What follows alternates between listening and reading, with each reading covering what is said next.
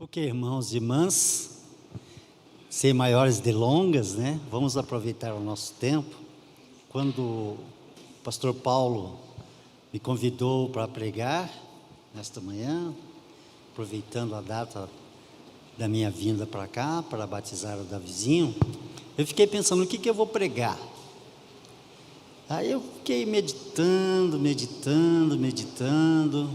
daí veio a ideia de pregar sobre a Arca de Noé. Mas daí eu fui pesquisar sobre isso, e é uma temática que foi muito negligenciada assim na igreja em termos de mensagens. Foi muito contada em historinhas de criança, escola dominical, uma série de coisas, mas eu me deparei com muito ensino naquilo.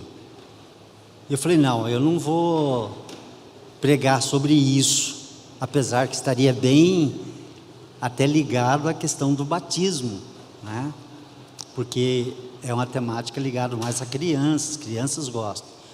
Eu vou procurar saber e vou procurar ouvir o nosso tempo, porque o pregador tem que estar auscultando o tempo em que ele está vivendo.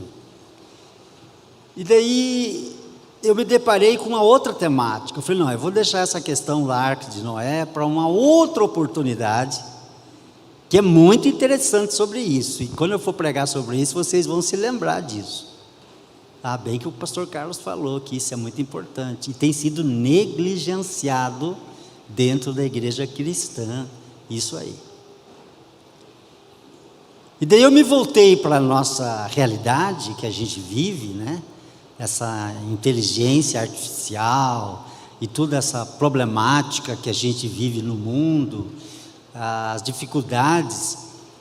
E eu li uma vez um livro do Jacques Ellul. Ele é um francês que escreveu um livro sobre o Apocalipse, a sua estrutura e a sua literalidade.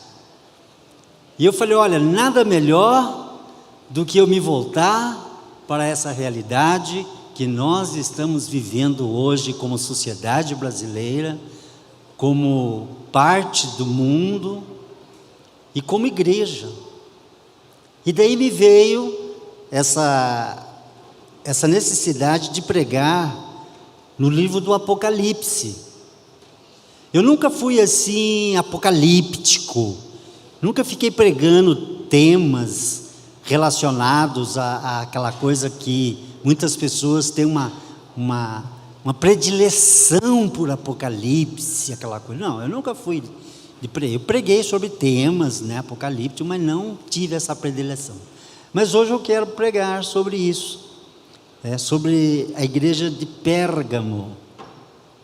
A terceira carta de João, o vidente da ilha de Patmos, que escreveu a terceira carta, foi para a igreja de Pérgamo. Está no capítulo de número 2 do Apocalipse, ou capítulo 2 do Apocalipse, a partir do verso 12 até o verso 17. E é uma coisa também muito interessante, que tem muitos ensinos para os nossos dias, para a realidade da igreja hoje, no mundo em que nós estamos vivendo. Apocalipse, capítulo de número 2, do verso 12 até o verso 17. Diz assim: ao anjo da igreja em Pérgamo, escreve: estas são as palavras daquele que tem a espada afiada de 2 gumes. Sei onde você vive, onde está o trono de Satanás. Contudo, você permanece fiel ao meu nome e não renunciou à sua fé em mim, nem mesmo quando Antipas, minha fiel testemunha, foi morto nessa cidade onde Satanás habita. No entanto, tenho contra você algumas coisas. Você tem aí pessoas que se apegam aos ensinos de Balaão, que ensinou Balaque a armar ciladas contra os israelitas, introduzindo-os a comer alimentos sacrificados a ídolos e a praticar imoralidade sexual. De igual modo, você tem também os que se apegam aos ensinos dos nicolaítas. Portanto, arrepende-se, senão virei em breve até você e lutarei contra eles com a espada da minha boca. Aquele que tem ouvidos, ouça o que o Espírito diz às igrejas. Ao vencedor darei do maná escondido. Também lhe darei uma pedra branca com um novo nome nela escrito. Conhecido apenas por aquele que o recebe. Algumas coisas assim pitorescas desse texto. Algumas coisas assim bastante interessantes e que faz muito sentido ao tempo em que a gente vive hoje. Essa cidade de Pérgamo era uma cidade que pertencia, que era praticamente ligada à Grécia, mas era o Império Romano que dominava, como todas as igrejas da Ásia Menor. Todas as 7 cartas que João escreveu às 7 igrejas, todas essas igrejas, elas tinham as suas peculiaridades, elas tinham as suas coisas especiais. E essa cidade de Pérgamo, ela era uma colina, era uma cidade que tinha uma colina, e lá a igreja de Pérgamo se instalou. Ninguém sabe quem foi o fundador dessa igreja, ninguém sabe quem que implantou a igreja lá, nessa cidade de Pérgamo, mas é algo muito especial. Foi escrita mais ou menos no ano 90 da era cristã. E eu gostaria de falar com vocês sobre algumas coisas importantes. Nessa cidade de Pérgamo existia uma biblioteca com mais de 200 exemplares de pergaminhos.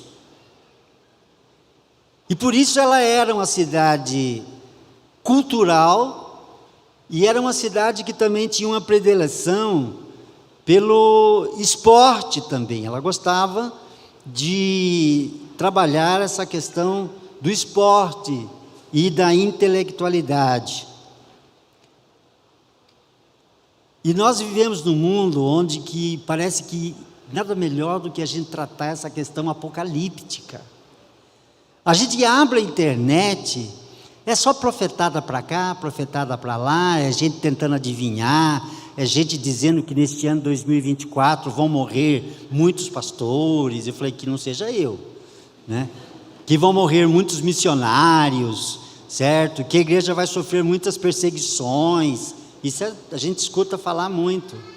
A gente vê que o mundo também, ele está vivendo esse momento apocalíptico. É guerra no Oriente Médio, é a guerra da Rússia com a Ucrânia, que já está há tanto tempo se arrastando. A dificuldade de alimentação. O Brasil hoje não consegue produzir tanto alimento como já produziu, inclusive no ano passado. As dificuldades são tantas. As igrejas lutam com muitas dificuldades. E essas dificuldades, todas elas têm muito a ver com aquilo que já foi proferido, que já foi pregado lá no livro do Apocalipse. E é por isso que nós temos que estar firmes. Estava ali na feirinha agora, antes de chegar no culto, que aproximou de mim uma senhora, e ela viu a minha Bíblia, falou: o senhor é evangélico? Eu falei: eu sou pastor, fui pastor quase 30 anos dessa igreja da Freita. A convidei para vir. Ele falou: olha, eu teria um imenso prazer, porque eu sou presbiteriana, ela disse. E eu estou numa excursão e a gente não pode sair do grupo, mas eu teria um imenso prazer. Ela falou: eu amo muito a igreja presbiteriana, porque é uma igreja firmada na palavra de Deus, não é uma igreja de modismos, porque hoje em dia a gente vê que as igrejas, muitas delas, entram nesses modismos que tem o seu alto e o seu momento de declínio. E toda igreja que entra em modismos, ela tem muitas dificuldades. E esses modismos são muito ligados aos seus líderes.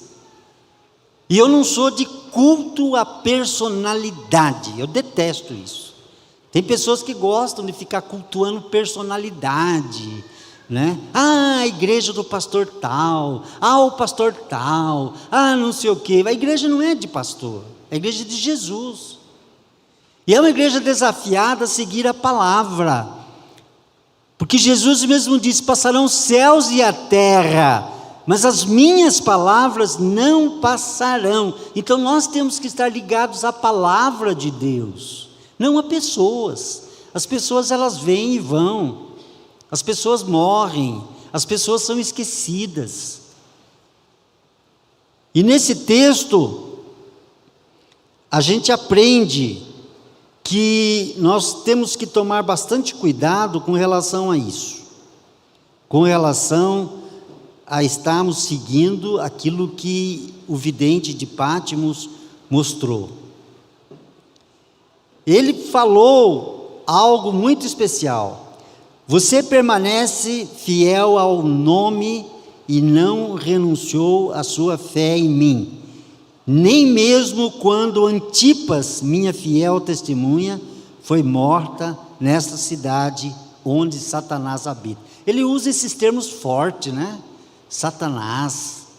Mas essa é a realidade que o mundo está falando hoje, vivendo, e se orgulhando disso, se orgulhando dessa realidade tão perversa, tão iníqua, do mal. E lá na igreja de Pérgamo, o líder, um dos líderes, não se sabe se ele era o principal, sei lá, ele foi perseguido e foi morto, foi executado. Mas mesmo assim ele permaneceu fiel, ele permaneceu atento, né, contra tudo aquilo que poderia estar corrompendo a sua vida. Ele foi fiel ao Senhor Jesus. E o que nós temos que fazer, meus irmãos, é sermos fiéis ao Senhor, Senhor da igreja. Mesmo nós estando, porque ele diz aqui: sei as suas obras.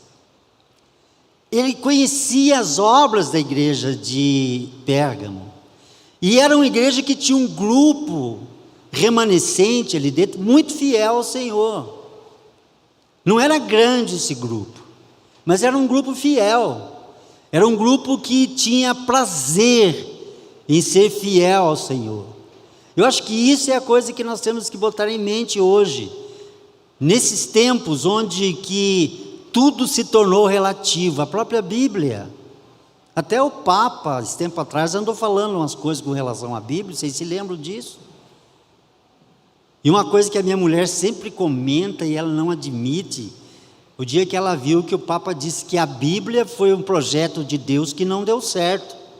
Um absurdo um negócio desse, que a Bíblia é um projeto de Deus que não deu certo. A Bíblia é o testemunho vivo do relacionamento de Deus com a humanidade, conosco. E nós temos que seguir o que está aqui.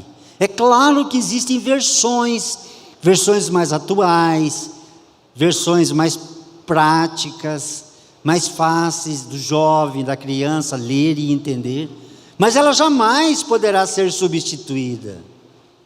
Jamais nós poderemos pensar em outro livro que não a palavra de Deus. E temos que permanecer nessa dimensão quando o Senhor diz: sei as tuas obras. Cristo acompanha a nossa vida, Cristo conhece o nosso coração, Cristo nos conhece pessoalmente. Isso que nos alegra, saber que Cristo nos conhece pessoalmente, e Ele conhece as nossas obras. E eu fui dar uma olhadinha um pouco nessa questão das nossas obras. São as nossas realizações que nós fazemos por fé, as nossas realizações que nós fazemos por fé, e isso dá alegria para nós. E ele fala também: conheço e sei onde habitas, onde moras, onde vives. O Senhor conhece onde nós moramos, o Senhor conhece onde nós habitamos, o Senhor conhece onde nós estamos. Eu sempre gostei de citar um grande avivalista, pregador, o Spurgeon. Se eu ficasse aqui hoje e não falasse do Spurgeon, alguém ia cobrar de mim isso depois. Você não falou do Spurgeon hoje, hein? O Spurgeon contava uma historinha que um dia pegou fogo de uma igreja lá, na Inglaterra. E daí naquele dia todo mundo, não era muito comum, bombeiros, essas coisas, todo mundo se reuniu ali e ele começou a gritar para a vizinhança que viessem ajudar a apagar aquele fogo do templo, que deveria ser de madeira, né? E daí os vizinhos disseram: olha, o pastor, que bom que o senhor pôde chamar e convidar toda a vizinhança para vir ajudar a apagar, para não destruir. E tomara que essa igreja fique sempre pegando fogo, porque assim a gente vai conhecendo as pessoas, assim a gente vai aprendendo a saber quem é quem que mora por aqui, onde que, né, as pessoas habitam. E ele, nessa mesma direção, ele conta uma outra historinha que eu acho muito interessante, que um dia estava um cidadão pregando de uma praça pública, esgoelando lá e pregando, como a gente sempre vê por aí. Daí ele chegou, né, sorrateiramente do lado do cara, bateu no ombro do cara e falou assim: escuta, por que você não vai pregar lá onde você mora? Por que você não vai pregar lá para os teus vizinhos? E o cara falou: tá louco, eles me conhecem? Você acha que eu vou pregar lá? Eles me conhecem, eles sabem quem que eu sou. Então, essa é a verdade que o Apocalipse diz: eu conheço onde você mora, eu sei onde você vive, eu sei onde você está presente. Essa é a realidade que nós devemos ter em mente todos os dias, desse relacionamento, dessa intersecção entre nós e os nossos vizinhos, nossos amigos, pessoas que nós nos relacionamos, porque isso é muito importante. E essa cidade, certo, também ela tinha, por ser uma cidade muito idólatra, era uma cidade que tinha cultos a deuses pagãos, e era um lugar predileto de Satanás também. E este mundo, eu digo, esse mundo é um lugar predileto de Satanás. Nós vivemos neste mundo onde o nosso arqui-inimigo está solto, é o lugar predileto dele, e ele atua através das pessoas. Muitas pessoas têm aquela ideia, né, do nosso inimigo com chifre, com garfo, que essa idade antiga, né, de imaginar o Satanás desse tipo dantesco. Não, ele vive de uma maneira muito sorrateira, ele usa, né, a cultura, porque essa cidade era cultural. Ele usa a cultura para introduzir coisas que desagregam, coisas que tiram do nosso coração aquele ardor, aquela paixão pelo Senhor, né? É o lugar onde Satanás está sentado. É o mundo de hoje, essa violência, isso que as cidades grandes e as cidades pequenas estão enfrentando hoje, essa dificuldade, isso tudo é o trono de Satanás, é o trono do nosso inimigo, e nós temos que estar atentos com relação a isso, porque senão nós vamos negar a nossa fé, nós vamos negar a nossa fidelidade ao Senhor. Mas uma outra coisa também que me chama a atenção, que o texto também diz: eu tenho poucas coisas contra vocês. Ele só elencou isso aqui porque é uma coisa para a gente também ficar atento. Existem poucas coisas às vezes entre nós, poucas coisas, questiúnculas, conversinhas fiadas, né? Pequenas fofoquinhas, pequenas coisas que levam um contra o outro, né? Eu fui batizado e fui criado com o reverendo Jonas Dias Martins, lá da 1ª de Londrina. Eu me lembro que um dia ele contando num sermão, que uma irmã chegou e falou assim: pastor, eu não vou voltar mais para a igreja. Minha irmã, mas por quê? Por que fazer isso? A igreja gosta tanto. Não. Esses dias na porta da igreja teve uma irmã lá que mostrou a língua para mim. mostrou a língua para mim, então eu não volto mais na igreja. Tenho poucas coisas contra vocês. São pequenas coisas, são poucas coisas, mas que divide o povo de Deus, que divide a igreja, que mina o nosso amor, a nossa compaixão, certo? Pelas coisas de Deus. E nos faz se afastar de Deus. E uma coisa também que ele fala é que o vencedor herdará algo muito especial. E esse vencedor, ele vai receber lá no céu uma pedrinha branca, com um nome especial. Me chamou a atenção isso. E eu fui olhar, fui pesquisar, fui ver, etc e tal. O que é essa pedrinha branca com um nome especial? Você vai receber um nome especial. Você vai vencer. Agora, eu não sei qual vai ser o nome especial. Há algumas conjecturas do que vai ser esse nome especial que você vai receber. Mas ninguém vai poder falsificar esse nome de jeito nenhum. E essa pedrinha branca, tem alguns comentaristas diziam que os juízes na época, aqueles que conferiam sentenças, aqueles que julgavam, eles levavam para o tribunal 2 pedrinhas. Uma pedrinha branca e uma outra pedrinha moreninha, né? Assim, escurinha, pretinha. E quando ele terminava a sentença dele, a sentença era entregar a pedrinha para aquela pessoa que estava sendo julgada. E quando ele entregava uma pedrinha branca, é porque aquela pessoa foi julgada, não é? Inocente. Ela tinha sido inocentada ali durante o processo, durante o julgamento, que não tinha nada que pudesse condená-la. Então entregava aquela pedrinha branca. Isso nos faz lembrar que também quando nós chegarmos lá na glória, lá na presença do Senhor, Ele vai entregar uma pedrinha branca para você. Ele vai dizer: você não foi condenado, porque quem recebeu a condenação foi Jesus. Você foi inocentado, então toma a tua pedrinha branca. E um nome especial. E aqueles outros que não recebiam a pedrinha branca, eles eram condenados, eles já saíam dali algemados e já iam cumprir a sua pena. Então nós devemos pensar nisso, nós devemos estar sempre atentos, que vamos receber do Senhor essa pedrinha branca, que vamos receber do Senhor essa palavra, que essas poucas coisas que ele tenha, ou que ele tinha contra a igreja de Pérgamo, que no nosso meio também, eu digo nosso meio, da igreja evangélica, de um modo geral, todas as igrejas, porque eu sou, como na igreja primitiva, uns eram de Paulo, outros eram de Apolo, outros eram de Pedro, e assim por diante.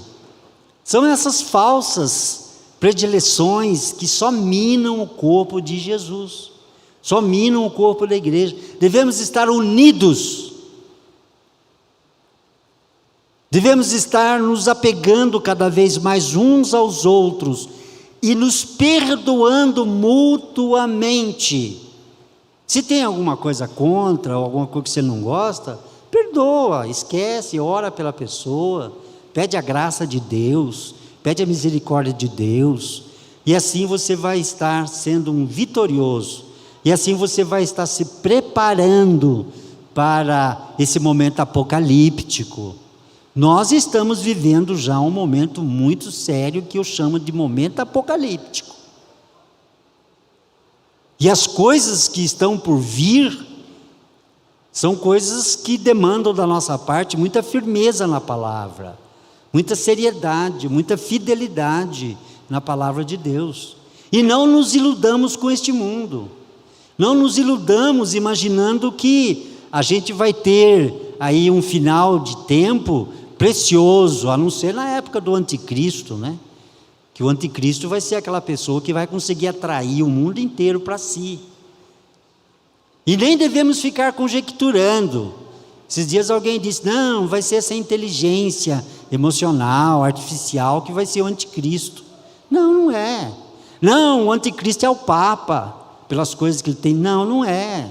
Ah, o anticristo vai surgir da Europa, não sei. Mas nós devemos estar firmados na rocha que é Jesus. E permanecermos fiéis a Ele. Estarmos agarrados a Ele. Ele é o Senhor da igreja, Ele é o cabeça da igreja. Ele é o cabeça do povo escolhido na face da terra. E coisas difíceis virão. Não fiquem dando crédito para essas bobagens da internet. Cada dia surge um líder, cada dia surge um pastor, cada dia surge um missionário, e cada um com profecias, as mais esdrúxulas possíveis, profetizando coisas absurdas. Não deem bola para isso. E isso já faz parte deste momento apocalíptico que nós estamos vivendo. Vamos estar firmados em Jesus. Vamos estar arraigados nele e sermos fiéis até a morte. Não negarmos a nossa fé, porque assim era a igreja primitiva. Assim eram os cristãos primitivos, morriam afirmando a fé em Jesus, afirmando a sua crença em Jesus. Faça isso e você vai ver que a sua vida tem vitórias cada dia no Senhor, que a sua vida é uma vida preciosa no Senhor, que você vai ter muito mais coisas boas, muito mais coisas grandiosas para contar e para viver, do que ficar correndo atrás de profecia de internet. Ah, esse ano vão morrer não sei quantas pessoas, líder disso, líder daquilo. Ninguém sabe. Eu não acredito nisso. Ah, porque um avião vai cair e duas grandes personalidades da política vão morrer. Eu não quero nem saber. Ah, porque vai vir uma peste muito grande que vai ser pior do que a Covid. Vão morrer muitas pessoas, eu não quero nem saber. Eu quero estar firmado em Jesus. Eu quero estar cumprindo o mandato de ser uma testemunha de Jesus até o fim, até o último dia. E assim nós seremos abençoados. E assim a palavra que diz, do Senhor: aquele que tem ouvidos, ouça o que o Espírito diz às igrejas. Ao vencedor darei o maná especial. Ao vencedor, você vai comer um maná especial. Você vai participar desse maná que o Senhor está reservando para você lá no céu. Amém?